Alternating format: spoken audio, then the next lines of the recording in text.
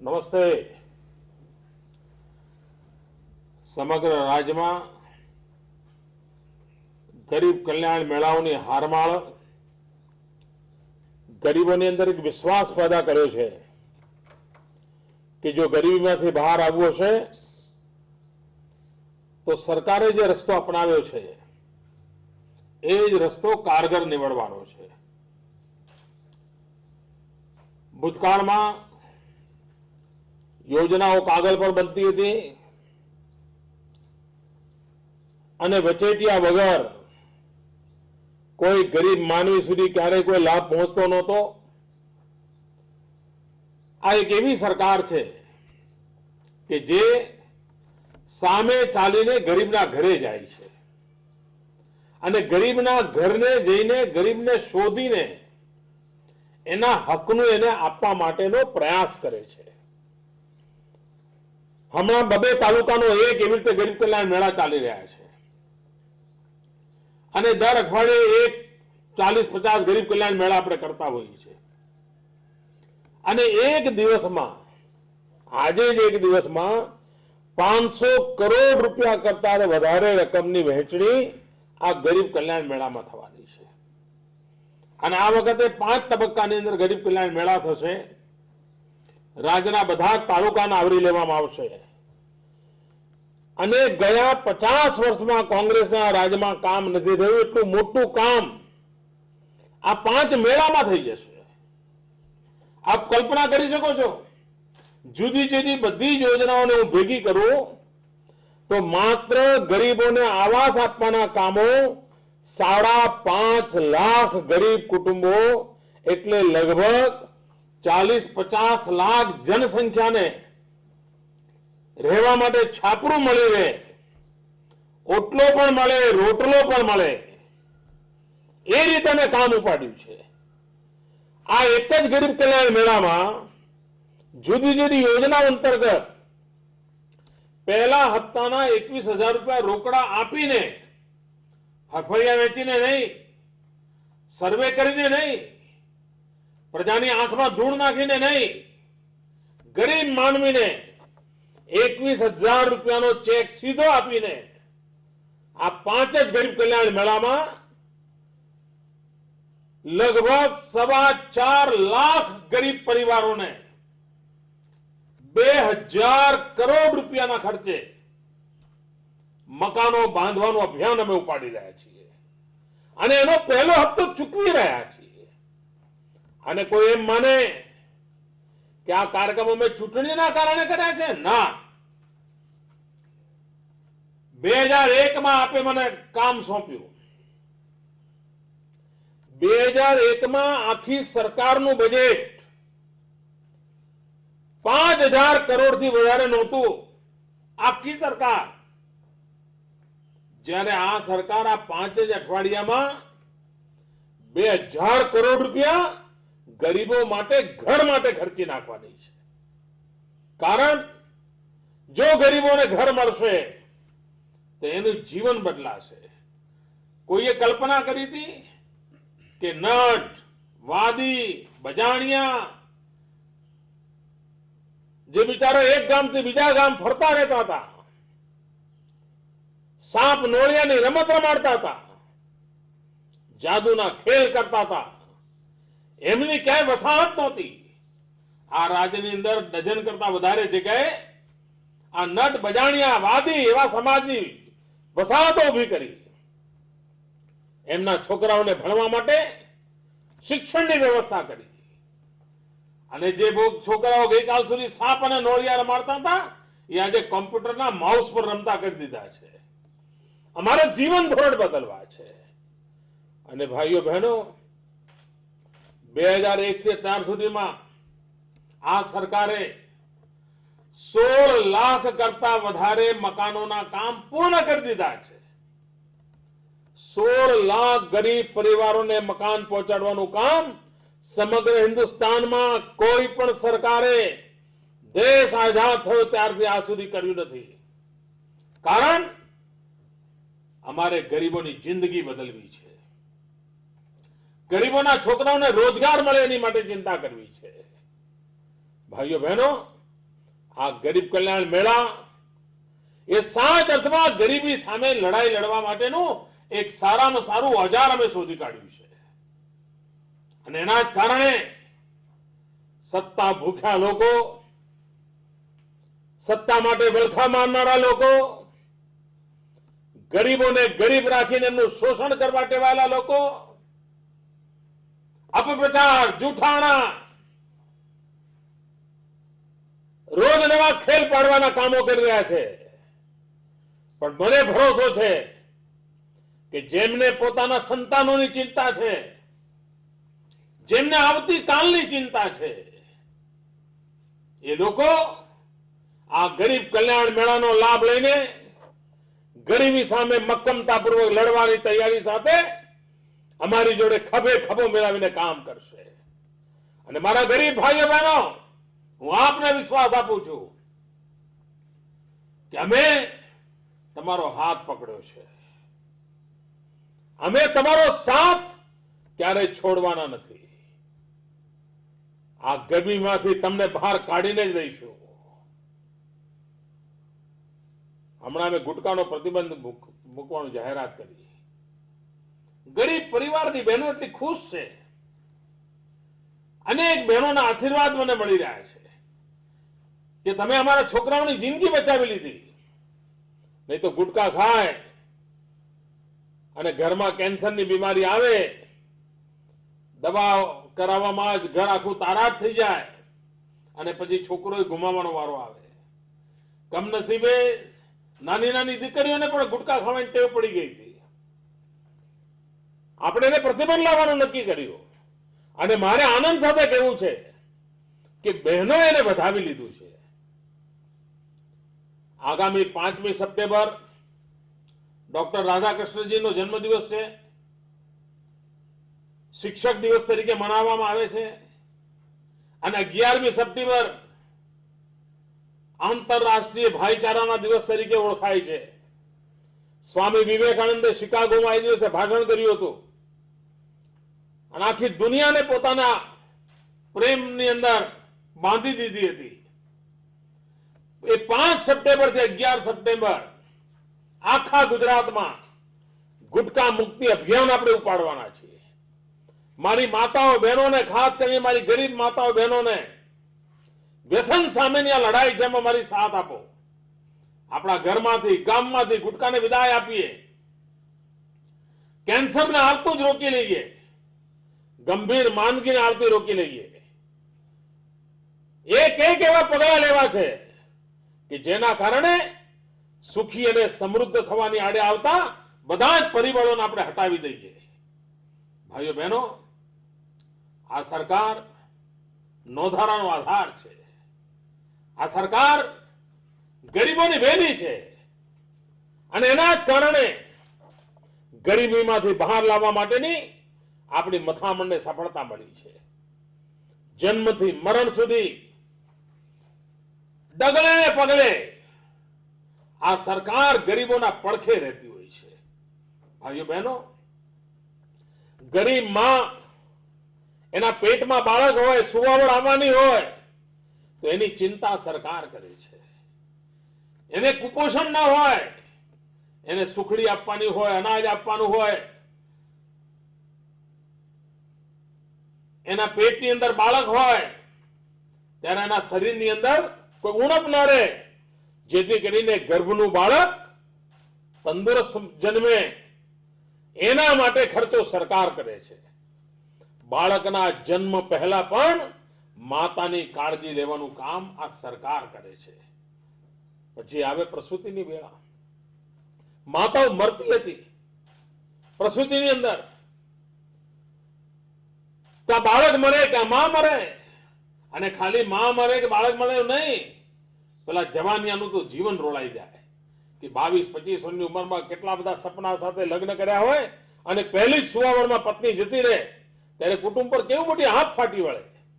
ભાઈઓ બહેનો, આ સરકારે ચિરંજીવી યોજના કરી. ચિરંજીવી યોજના કરીને ગરીબ માતાઓની સુવાવડ એનો ખર્ચો સરકાર આપે. સારામાં સારા ડોક્ટરો પાસે જાય, એનું બિલ સરકાર ચૂકવે. 3 દિવસ હોસ્પિટલમાં રહે તો એને પૈસા આપવાનું કામ સરકાર કરે. આ બધી ચિંતા સરકારે કરી. એટલું જ નહીં, બાળક જન્મ્યા પછી ઘેર જાય તો એની સારવાર કરવા માટે ડોક્ટરો આવે તો બાલ સગાઈ યોજના કરી. બાળક ગરીબનું બાળક પણ મરવું ના જોઈએ એની ચિંતા કરી. ભાઈઓ બહેનો, એક જમાનો હતો કે સુવાવડ માં હોય, એને સુવાવડની પીડા ઉપડી હોય, દવાખાને દોડવું પડે એવી સ્થિતિ આવી હોય, જીવન મરણ વચ્ચે ઝોલા ખાતી હોય, કોઈ રિક્ષા વાળો લઈને જાય, પહેલા પૂછે પૈસા છે? ગરીબ પાસે પૈસા ના હોય, સરકારની એમ્બ્યુલન્સ આવે નહીં, અને બધા ગામ વાળાની નજર સામે ગરીબ માં તરફડિયા કાઢીને મરતી હોય. આજે 108 લગાવી નથી કે દોડતી ગાડી આવી નથી, અને ગરીબમાં ગરીબ હોય ક્યારે કાણી પાય લેતી નથી, અને એને દવાખાને લઈ જઈને એની સુવાવડ થાયની ચિંતા કરે છે. અને જો રસ્તામાં સોવડ થઈ જાય તો પણ માં અને બાળક બચી જાય એટલી વ્યવસ્થા ગાડીમાં જ રાખી દીધી છે. મારા ગરીબ માને મરવા નથી દેતી, મારા ગરીબનું બાળકને મરવા નથી દેવું. એટલું જ નહીં, સુવાવડ પછી પણ એને પૂરતો આહાર મળી રહે, બાળકને આહાર મળી રહે. માતા ધાત્રી માતા હોય, પોતાના સંતાનને દૂધ પીવડાવી શકે, એના માટેના શરીરમાં જે પોષણ જોઈએ એના માટેનો સરકાર ખર્ચો કરે છે. અને અરબો ખરબો રૂપિયા માત્ર આ પ્રસૂતા માતાઓને, નવી બનેલી માને અથવા એના નવા સંતાનને આહાર માટે કરે છે. એટલું જ નહીં, બાળક નિશાળમાં જાય તો બાલભોગ યોજના કરે, બાળક નિશાળે જાય તો દૂધ સંજીવની યોજના કરે. આદિવાસી વિસ્તારની પ્રાથમિક શાળાઓને, જેને બિચારાને ક્યારેય દૂધ પીવાનું નહોતું મળ્યું, આ સરકાર દૂધ સંજીવની યોજના દ્વારા એને દૂધ પહોંચાડે છે, આશ્રમ શાળાના બાળકોને પહોંચાડે છે, અને આજે લાખો બાળકો એનો લાભ લઈ રહ્યા છે. ભાઈઓ બહેનો, પોષણની ચિંતા કરીએ. નિશાળમાં દાખલ કરો તો કન્યા કેળવણીનું આપણે અભિયાન ઉપાડ્યું. ગરીબનું બાળક ભણે, 100% દીકરીઓ ભણતી કરવા માટેનું અભિયાન ઉપાડ્યું. કોના માટે? ગરીબ કન્યાઓ માટે. એમના માટે બોન્ડ કાઢ્યા, વિદ્યાલક્ષ્મી બોન્ડ. ગરીબની દીકરી શાળામાં દાખલ થાય એ જ દિવસ એને 2000 રૂપિયાનો બોન્ડ મળી જાય, અને જ્યારે 7મા સુધી ભણીને નીકળે તો એના હાથમાં કેશ આવી જાય. અરે તમે બધા નાના હશો ને ત્યારે 2000 રૂપિયા કોને કહેવાય જોયા નહીં હોય. આ સરકાર તમારું બાળક નિશાળે પહેલો દાડો મૂકે એને 2000 રૂપિયાનો બોન્ડ આપી દે છે. અને અત્યાર સુધીમાં 50,000 દીકરીઓને 20 કરોડ રૂપિયા કરતા વધારેના બોન્ડ તો આપી દીધા, નાના નાના ટાબરિયાઓને. કેમ? આ સરકાર ડગલે ને પગલે ગરીબોના પડખે રહેવા માંગે છે, એના ભાગરૂપે આપે. શાળાની અંદર ભણવા જાય, મધ્યાહન ભોજન મફતમાં મળે, શાળામાં ભણવા જાય યુનિફોર્મ મફતમાં મળે, શાળામાં ભણવા જાય પુસ્તકો મફતમાં મળે, કોઈ જાતની કમી ન રહે. ગરીબના બાળકની પડખે આ સરકાર ડગલે ને પગલે ઉભી રહે. એટલું જ નહીં, અનુસૂચિત જાતિ, જનજાતિ, ઓબીસી આમની શિષ્યવૃત્તિમાં આપણે ડબલ કરી નાખી, અને આજે કરોડો રૂપિયા, લગભગ 250-300 કરોડ રૂપિયા અનુસૂચિત જનજાતિના બાળકોને શિષ્યવૃત્તિ માટે આપણે આપતા હોઈએ છીએ. એ જ રીતે અનુસૂચિત જાતિના બાળકોને, ઓબીસીના બાળકોને આપણે શિષ્યવૃત્તિ માટેના પૈસા આપતા હોઈએ છીએ, જેથી કરીને એ ભણી શકે. અને એના માટેનું કામ થાય છે. વિકસતી જાતિના લોકો હોય એમને લગભગ 270 લાખ વિદ્યાર્થીઓને 350 કરોડ રૂપિયા જેવી માતબર રકમ ઓબીસીના બાળકોને આપી છે. અનુસૂચિત જાતિના લગભગ 21 લાખ બાળકોને 30 કરોડ રૂપિયા કરતા વધારે રકમ આપી છે. બાળકોને ગણવેશ આપીએ, 2 ગોળી જોડી ગણવેશની 300 રૂપિયાની સહાય આપીએ. અનુસૂચિત જાતિના લગભગ 1 કરોડ જેટલા વિદ્યાર્થીઓને આ રકમ આપણે પહોંચાડતા હોઈએ છીએ, અને એમના શિક્ષણ માટેની ચિંતા કરતા હોય છે. અનુસૂચિત જનજાતિ હોય, અનુસૂચિત જાતિ હોય, ઓબીસી હોય, અરબો ખરબો રૂપિયા એમના યુનિફોર્મ પાછળ ખર્ચીએ છીએ. કારણ એ બાળક ભણી ગણીને આગળ આવે એના માટેની ચિંતા કરતા હોય છે. ભાઈઓ બહેનો, બાળકને મધ્યાહન ભોજન મળે, બાળક ભણીને આગળ નીકળે તો એને કોલેજ જવું હોય તો એનો ખર્ચો સરકાર આપે છે. સારામાં સારી કોલેજમાં રહેવા માટે હોસ્ટેલ આપે છે. હમણાં તો ગામડામાં જે શિક્ષણ વધ્યું છે એના કારણે શહેરોની સારી કોલેજો તરફ આવરો વધ્યો છે, મોટી સંખ્યામાં આવે છે. આ વખતે લગભગ 30,000 બાળકોને રહેવા માટે હોસ્ટેલો બનાવવાનું નક્કી કર્યું છે. આ બધા કોણ બાળકો? ગરીબના બાળકો છે. હોસ્ટેલમાં કન્સેશન રેટથી ભણી શકે અને મોટા શહેરોમાં સારામાં સારી કોલેજમાં એને રહેવા માટે વ્યવસ્થા મળે, એના માટેનું અભિયાન ઉપાડ્યું છે. 200 કરોડ રૂપિયાના માતબર ખર્ચે 30,000 બાળકો રહી શકે એવી હોસ્ટેલોનું નિર્માણ કરવાનું કામ આપણે આજે ઉપાડ્યું છે. આનો લાભ ગામડાના ગરીબ બાળકોને મળવાનો છે, જેથી કરીને એમના બાળકોને એ લોકો ભણાવી શકે. એટલું જ નહીં, બાળક ભણી ગણીને આગળ નીકળે, એને વિદેશ જવું હોય તો સહાય સરકાર કરે છે. વિદેશ જવા માટે લાખો કરોડો રૂપિયાની સહાય આ સરકાર કરે છે. લગભગ 250 પોણા 300 વિદ્યાર્થીઓ, ચાહે આદિવાસીના હોય, ચાહે દલિત સમાજના હોય, ચાહે બક્ષી પંચના હોય, આજે સરકારી યોજનાથી વિદેશમાં ભણે છે. વિદેશમાં ભણી ગણીને આવશે. એક આંબેડકરજી વિદેશ ગયા, હિન્દુસ્તાનની શકલ સુરત બદલી શક્યા. આ મારા દલિત પરિવારના દીકરીઓ આજે વિદેશ જશે તો કેટલા બધા આંબેડકરો તૈયાર થશે અને આખા સમાજની કેવી ચેતના બદલી શકશે, એનું વાતાવરણ આનાથી પેદા થવાનું છે. એના માટે આ સરકાર પ્રોત્સાહન આપે છે. આપણને પાયલોટ થવાનું મન થાય, નાના હોય ત્યારે કોઈ પૂછે શું કે પાયલોટ થવું છે. આ મારા આદિવાસી બાળકને કે દલિત બાળકને ક્યાં નસીબમાં હોય. આ સરકારે યોજના બનાવી પાયલોટ બનવા માટે 100 કરતા વધારે બાળકો વિદેશમાં પાયલોટનો અભ્યાસ કરવા ગયા. દીકરા દીકરીઓ પાયલોટ બની છે, આદિવાસી સમાજમાંથી, દલિત સમાજમાંથી. એક આખા જીવનના ધોરણો બદલી નાખાય એવા કામ આપણે ઉપાડ્યા છે. મારું ગરીબ બાળક ભણે એના માટેનું કર છે. કેટલાક બાળકો ન ભણ્યા તો આપણે હમણાં એમ્પાવર સ્કીમ બનાવી છે. 5મું ધોરણ ભણી ઉઠી ગયા હોય તેના માટે આઈટીઆઈ ચાલુ કરી છે. સ્કિલ ડેવલપમેન્ટના કાર્યક્રમો ચાલ્યા કર્યા છે. એને ભગવાને 2 હાથ આપ્યા છે, હૈયું આપ્યું છે, તો એને અવસર મળવો જોઈએ, એને રોજગાર મળવો જોઈએ. એના માટેનું કામ આપણે ઉપાડ્યું છે. દીકરી ન ભણી હોય ને એને આગળ કુટુંબની અંદર સમાનભેર જીવવાનું થાય એના માટે એને જુદા જુદા તાલીમ વર્ગો અપાવીએ છીએ. એને રસોઈનું શીખવાડીએ, એને સીવણનું શીખવાડીએ, એને એમ્બ્રોઇડરીનું શીખવાડીએ, એને અનેક નાના મોટા કામો શીખવાડીએ છીએ. આના કારણે દીકરીઓ પણ સમાનભેર જીવતી થાય એના માટેનું કામ ઉપાડ્યું છે. ગરીબોની પ્રત્યેક જીવનના ડગલે ને પગલે આ સરકાર સાથે રહે છે. વકીલાતનું ભણ્યો હોય, ડોક્ટરનું ભણ્યો હોય, એનો બિચારાનો ડોક્ટરી કે વકીલાત ચલાવવા માટે રૂપિયા ક્યાંથી લાવે?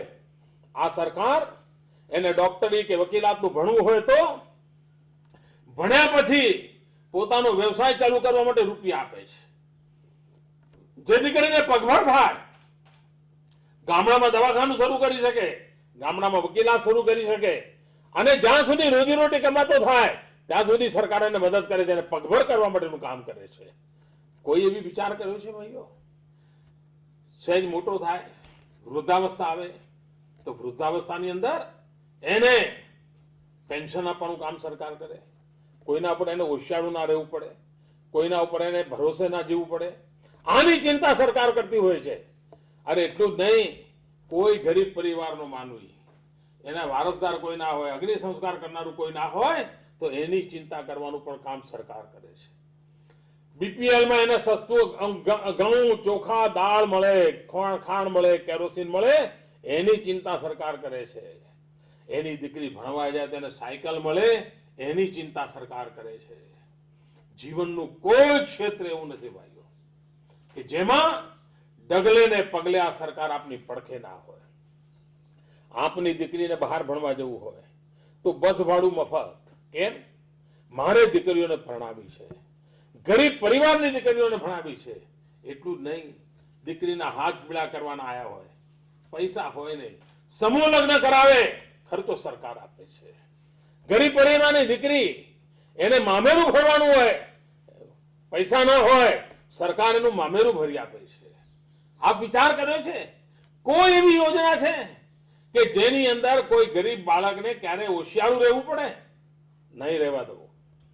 મારા ગરીબ પરિવારના લોકોને ડગલે ને પગલે મદદ કરવી છે, પણ એમાંથી વધારે મોટું મારે કામ કરવું છે. આ ટેકન લાકડીઓથી મારે એમને જીવવા માટે મજબૂર નથી કરવા.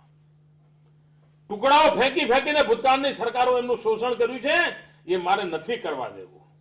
હું આપનો રક્ષક છું, આપની સાથે ઉભો છું, અને આપની પડખે ઉભા રહીને આવા કોઈ પણ તત્વો આપના લૂંટારા બનીને આવતા હશે તો એમાંથી તમને રોકવા માટેનું મારું કામ છે. ભાઈઓ બહેનો, સમાજ એક શક્તિશાળી બને, ગરીબી સામે લડવાની તાકાત વાળો બને, સાચ અથવા સરકારની જે મદદ મળે છે એ મદદમાંથી આપણી કુટુંબની ભાવિ પેઢી તૈયાર થાય.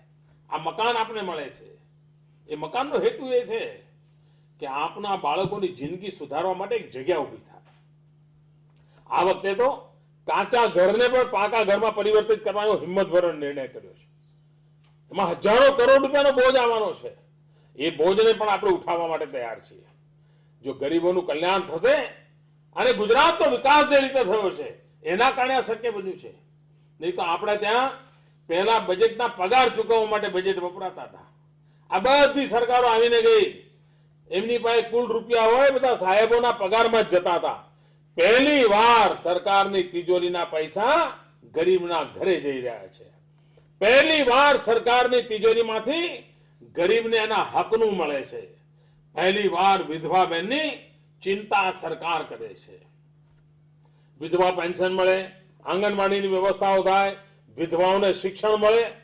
કોઈ વર્ગ એવો નથી, ગરીબ સમાજનો કપ્તાનો એક પણ વર્ગ એવો નથી કે જેના કલ્યાણ માટે કોઈ આપણે યોજના ન કરતા હોય અને એના સુખની ચિંતા ન કરતા હોય. અરે સરકારનું અડધા કરતા વધારે બજેટ માત્ર ને માત્ર ગરીબોના કલ્યાણની જુદી જુદી યોજનાઓ માટે વપરાય છે. ગામડાનું પણ ભલું કરવું હોય તો ગરીબોનું ભલું કરવા માટે કરી રહ્યા છે. હમણાં દુષ્કાળના દિવસો આવ્યા છે. હજુ ઈશ્વરને આપણે પ્રાર્થના કરીએ કે આપણા કુદરત રૂઠી છે, હજુ પણ વરસાદનો અવસર છે અને આપણા ઢોર ઢાંખરને બચાવે, આપણા ખેડૂતોને બચાવે. આપણે ઈશ્વરને પ્રાર્થના કરીએ. પરંતુ સરકાર એક પણ ઢોરને મરવા દેવા નથી માંગતી.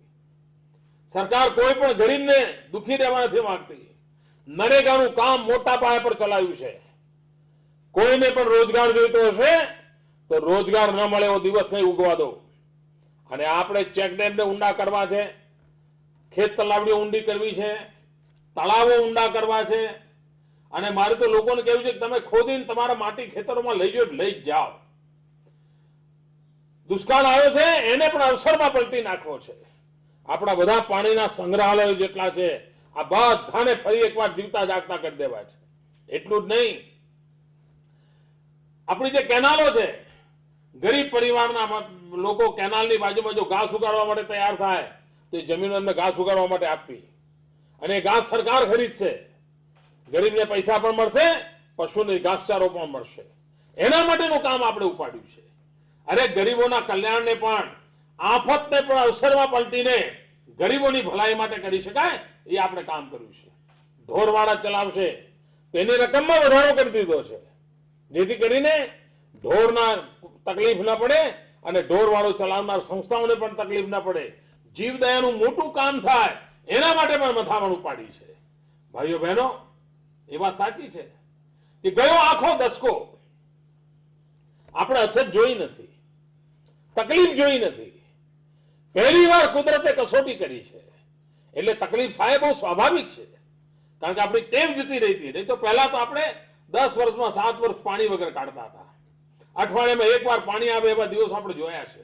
પણ હવે સારા દિવસો આવ્યા છે ત્યારે સહેજ પણ તકલીફ થાય તો આપણને તકલીફ વધારે અનુભવાય હું જાણું છું અને હું આપની તકલીફને સમજુ છું.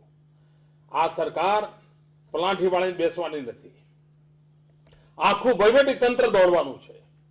દુષ્કાળની અંદર બધાની મદદ કરવા માટે દોડવાનું છે. પશુઓના કલ્યાણ માટે દોડવાનું છે. ગરીબ કલ્યાણ મેળા દ્વારા ગરીબી સામેની લડાઈને આપણે જરાય ઓછી ઉતરવા નથી દેવી, પાછી પડવા નથી દેવી. એ જ મક્કમતા નિર્ધાર સાથે આપણે આગળ વધતા રહેવું છે. ભાઈઓ બહેનો, અનેકવિધ કામો છે જેનો લાભ ચાલી રહ્યો છે. હમણાં વનથંભી વિકાસ યાત્રાઓ ચાલી રહી છે. આપ વિચાર કરો, વનથંભી વિકાસ યાત્રા કેવો અદ્ભુત કાર્યક્રમ ચાલી રહ્યો છે. હજારો કરોડ રૂપિયાના વિકાસના કામો, એનું લોકાર્પણ એ ચાલી રહ્યું છે. એની સાથે સાથે ગરીબ પરિવારના બાળકોએ જે એમ્પાવર દ્વારા કામ શરૂ કર્યું, કોમ્પ્યુટર શીખવાનું, હજારોની સંખ્યામાં આવા બાળકો તૈયાર થયા છે. એમને સર્ટિફિકેટ આપવાનું કામ ચાલે છે. એનાથી વધારે એક કામ ચાલ્યું જેનો મને આનંદ છે. એ કામ ચાલી રહ્યું છે ગુજરાતની પંચાયતી રાજ વ્યવસ્થાના સ્વર્ણિમ જયંતિ આપણે ઉજવી રહ્યા છીએ અને સ્વર્ણિમ જયંતિ ઉજવવાનો પણ આપણો રસ્તો કયો છે? સૌનો સાથ સૌનો વિકાસ. એ રસ્તે આપણે કરી રહ્યા છીએ. અને સૌનો સાથ સૌનો વિકાસ એ રસ્તો શા માટે? તમે વિચાર કરો કે 40 વર્ષ સુધી કોંગ્રેસનું એક ચક્રી અહીંયા રાજ રહ્યું છે. પંચાયતો હોય બધે જ કોંગ્રેસના લોકો ચૂંટાતા હતા. બીજી કોઈ પાર્ટીનો નંબર જ નહોતો લાગતો.